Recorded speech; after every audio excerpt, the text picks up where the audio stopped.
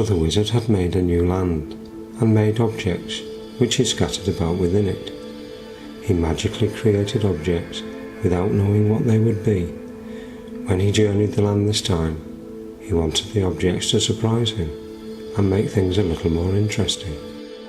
The wizard set out on this new journey, magically disappearing from one place and reappearing in another. He started in the valleys again to see what sort of objects were there and how they might have changed it. He saw mainly things that looked like lumps of land or rocks, which were simply resting on the land. One or two of them looked quite interesting and had a little more colour than the others. Not too bad, thought the wizard, before deciding to move on to look at the slopes. When he arrived at the slopes, he saw quite a few glowing round objects, which certainly added colour and interest to the scene.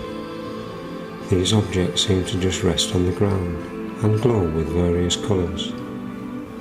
One or two more rocks were also scattered around, but mainly the glowing coloured balls. Strangely, there was one round ball which did not glow and seemed to be more robust than the others. I wonder what that could be used for, thought the wizard. This was a strange thought, because the wizard had started out simply wanting objects to be scattered around to make the land more interesting. Now his thoughts were turning to what the random shaped objects might be used for. But who would use them? There was only the wizard there, and he had no need of them. The wizard decided to move on to take a look at the lowlands.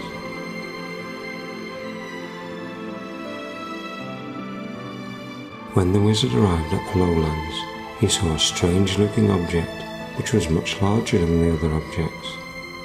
I could almost live in that, thought the wizard.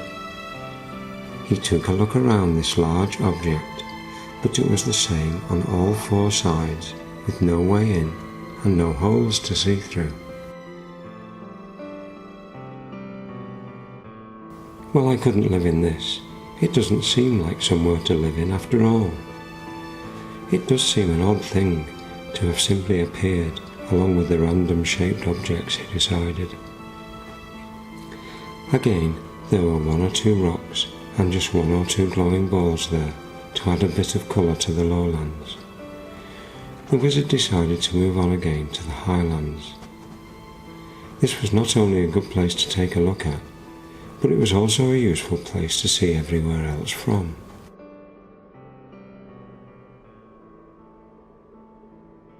So the wizard went to the highlands to see what was there. Well, if the large object in the lowlands surprised the wizard, the object he saw at the top of the hill surprised him even more. What on earth could that be, he thought. These new objects were certainly making the wizard's life much more interesting. Looking again at this strange object made the wizard think even more. Well, it certainly looks like it should be used for something. But what could that be, he thought. He also saw one of the coloured glowing balls there, but this one was resting on another strange object.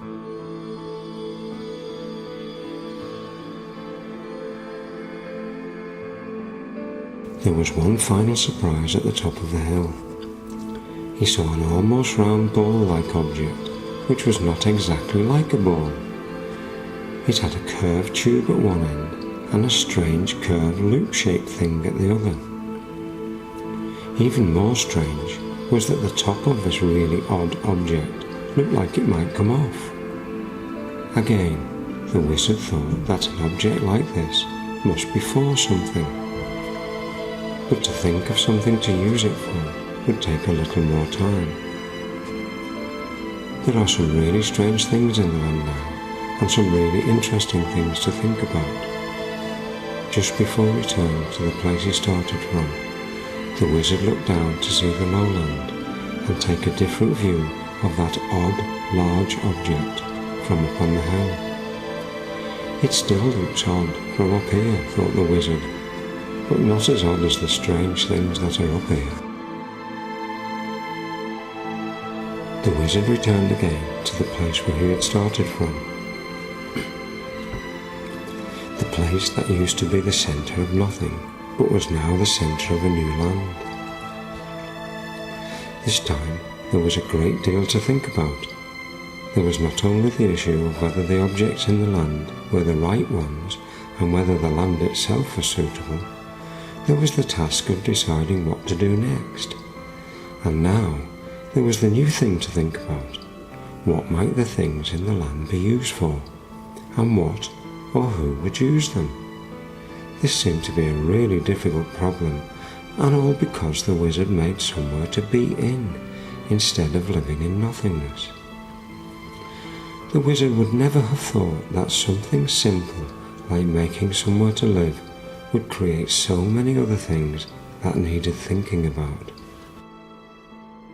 Anyway, progress needed to be made.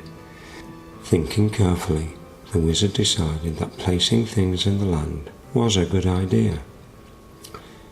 However, he thought, travelling again and again and seeing exactly the same things in the same places would eventually be just as bad as not having things in the land at all. This would mean that the wizard would have to keep changing the land and changing the things. How would the wizard solve this problem of wanting things to change, yet not wanting to keep changing them?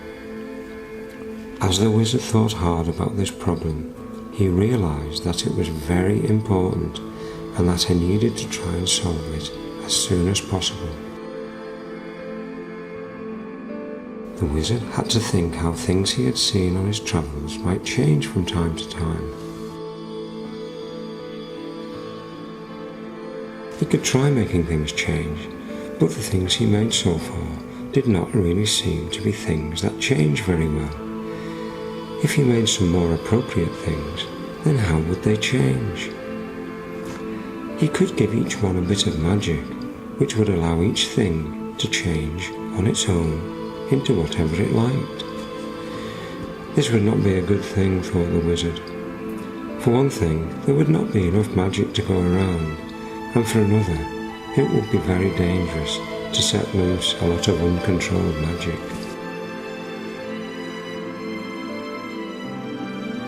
If things change without magic, then something would have to cause the change.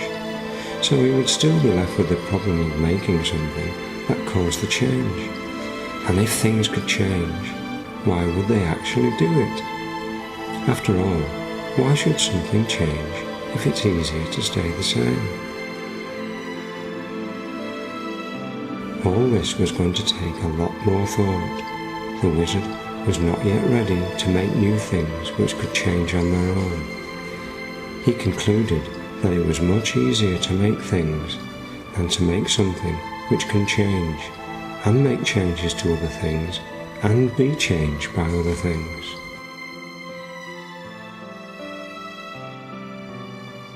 What sort of things do you think the wizard could make which could change on their own, make changes to other things, and be changed by other things?